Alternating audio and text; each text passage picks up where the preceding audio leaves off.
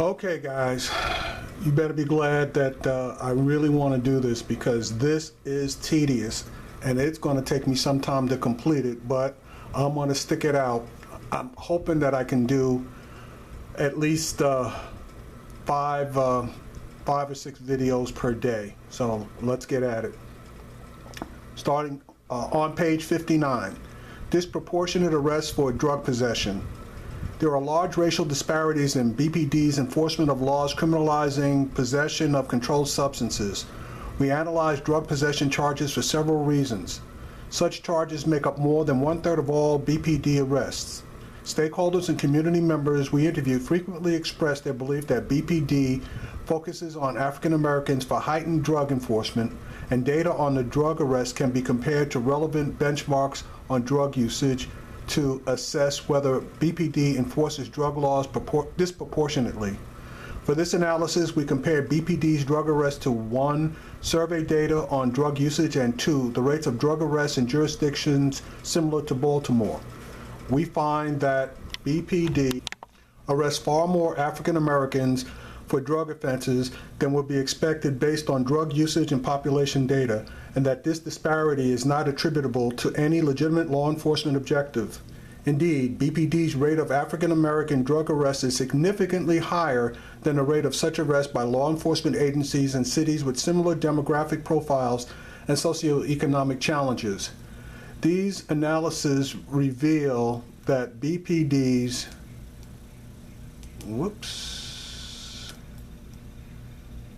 sorry about that.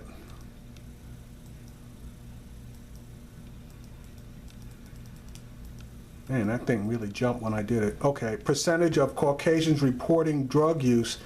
In other words, the CDC survey found that African Americans were between 1.1 and 1.2 times more likely to use drugs than Caucasians, yet BPD's arrests African Americans for drug possessions 5 times as often as others.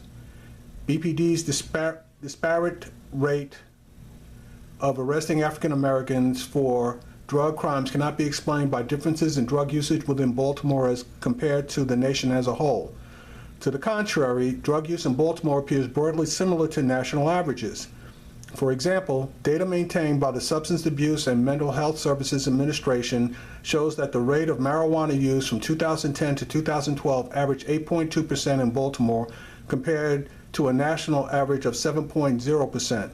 For drugs other than marijuana, the agency surveys show that usage in Baltimore averaged 3.3% during this period compared to a national average of 3.4%.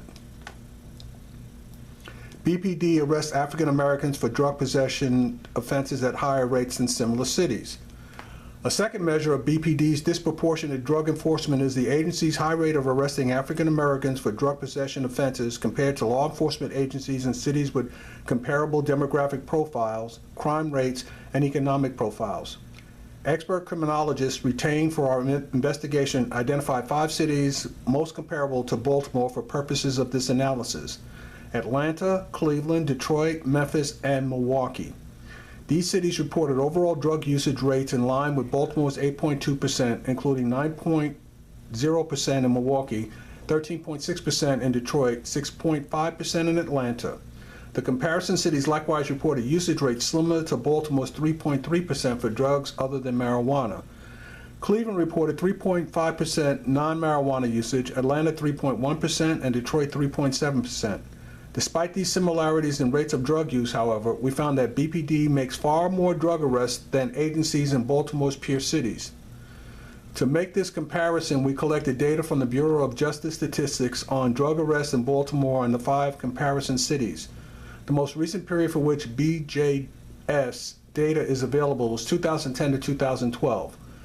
We used the 2010 to 12 BJS data for all cities, including Baltimore, to standardize how arrests are categorized and reported. We then controlled for population differences among these cities by measuring arrest rates based on the number of drug arrests per 1,000 residents in each racial category. The results showed that BPD's rate of arresting African Americans for drug crimes dramatically exceeded the rate of such arrests by agencies in the comparison cities. Indeed, for each of the 3 years we examined Let's start again. Indeed, for each of the 3 years we examined, Baltimore's drug arrests, we compiled the following chart.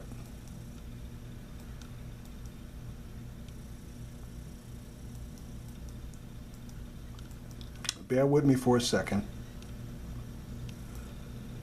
Okay, there's the chart. I'll give you a couple of seconds to take a look at it, and then I'll move on. Use of force. The consequence of the large racial disparities in stop, searches, and arrests may also manifest itself in what may be disproportionate use of force against African Americans by BPD. We found that African Americans account for roughly 88% of the subjects of non-deadly force used by BPD officers in a random sample of over 800 cases we reviewed. This trend is consistent across different types of non-deadly force, including tasers, the most common weapon used by BPD officers. While these patterns merit attention, we draw no firm conclusions about their relative impact on African Americans because we did not compare the rates of force to any benchmark of encounters in which force is warranted. Nevertheless, the rate of force is significantly higher than the proportion of African Americans in Baltimore's population, heightening our concerns. In summary, we find large racial disparities in BPD's pedestrian stops, vehicle stops, searches, and arrests. We further identified troubling indications that BPD officers disproportionately use force during encounters with African Americans on Baltimore streets. As explained further below, BPD's disparate stops, searches, and arrests of African Americans are not part of a calibrated, proportionate strategy for responding to criminal activity. These disparities establish disproportionate impact under the Constitution and the non-discrimination provisions of Title VI and the Safe Streets Act. Title VI and the Safe Streets Act prohibit law enforcement agencies that receive federal financial assistance from engaging in practices that have an unnecessary disparate impact based on race. Because BPD's disparate stops, searches, and arrests are not done in a manner necessary to achieve BPD's legitimate public safety goals, they violate Title VI and the Safe Streets Act. Translation: they can cut off all federal monies going into Baltimore because of all these violations. Now, wouldn't that be a kick? Because then all of a sudden now you're going to have to lay off cops and people and everything else. Racial disparities in BPD's enforcement, along with evidence suggesting intentional discrimination against African Americans, exacerbates community distrust. The policing practices that cause the racial disparities in BPD stop, searches, and arrests, along with evidence suggesting intentional discrimination against African Americans, undermine the community trust that is central to effective policing. Indeed, we heard from many community members who were reluctant to engage with BPD's officers because of their belief that the department treats African Americans unfairly. These concerns were acknowledged by BPD leadership and officers who explained that the lack of trust, particularly in many of Baltimore's African American communities, inhibited officers' efforts to build relationships that are a key component of effective policing. Starting in early 2000s, BPD implemented a zero-tolerance policing strategy. This strategy encouraged officers to take discretionary enforcement actions, including stops, searches, and arrests for misdemeanor offenses like loitering and disorderly conduct. As described above, this enforcement strategy focused on African Americans and predominantly African American neighborhoods for discretionary enforcement actions, and it led to officers frequently stopping, searching, and arresting individuals without the required constitutional justification. We also found evidence of officers using racial slurs or making other statements exhibiting bias while taking enforcement actions against African Americans. The department has had notice of concerns about the impact of its zero-tolerance strategy on African Americans and predominantly African American neighborhoods for many years. But for many years, it failed to take adequate steps to ensure that its policing efforts are non-discriminatory. BPD did not institute a fair and impartial policing policy until 2015, leaving officers without critical guidance on how to lawfully perform their duties. We likewise found no evidence that BPD has performed any analysis to determine if its enforcement strategies and activities disparately impact African Americans, even though it has collected the basic data to perform such assessments for years. Indeed, each analysis we include in this report is based on BPD's own data, but BPD never developed systems to conduct this analysis. We also found that BPD repeatedly fails to investigate complaints of racial bias. In the approximate 6 years of complaint data we received from BPD, we found only one complaint that BPD classified as a racial slur. This is implausible. By manually reviewing and performing text searches on BPD's complaint data, we found 60 more complaints that allege that BPD officers used just one racial slur, the N-word, but all these complaints were misclassified as a lesser offense. Recently, city and BPD leaders have acknowledged that the zero-tolerance policing strategy has harmed the city's predominantly African-American communities. During our investigation, one of BPD's top officials told us that stop and frisk killed the hopes and dreams of entire communities. The city's and BPD's recognition that its zero-tolerance policing strategy has had a significant unwarranted impact on Baltimore's African-American communities has led to recent changes in the department, including implementing the fair and impartial policing policy in 2015 and efforts to improve its collection of data on its enforcement activities. We commend the city and BPD for these efforts. Still, many BPD supervisors continue to reinforce zero-tolerance enforcement. Officers patrolling predominantly African-American neighborhoods routinely receive orders to clear corners by stopping or arresting African-American youth standing on sidewalks. This practice has continued despite concerns raised by officers themselves, who have told BPD leadership that these activities lack legal justification, are time-consuming, and counterproductive. In some cases, supervisors have issued explicitly discriminatory orders, such as directing a shift to arrest all the black hoodies in a neighborhood. And when officers have expressed concerns about such directives, the department has failed to take corrective action. To restore the community's confidence in BPD and ensure that its policing services are being provided equitably, BPD must continue to improve its policies, training, data collection and analysis, and accountability systems. BPD's enforcement activities disproportionately impact African Americans. The magnitude of the racial differences in BPD's stop, searches, and arrests are evidence that BPD's disproportionate enforcement may constitute intentional discrimination. Not may, does. We found consistent racial disparities in BPD stop, searches, and arrests that are not attributable to population patterns, crime rates, and other race-neutral factors. BPD stops African Americans disproportionately in each of its 9 police districts, despite significant variation in the district's demographic characteristics and crime rates.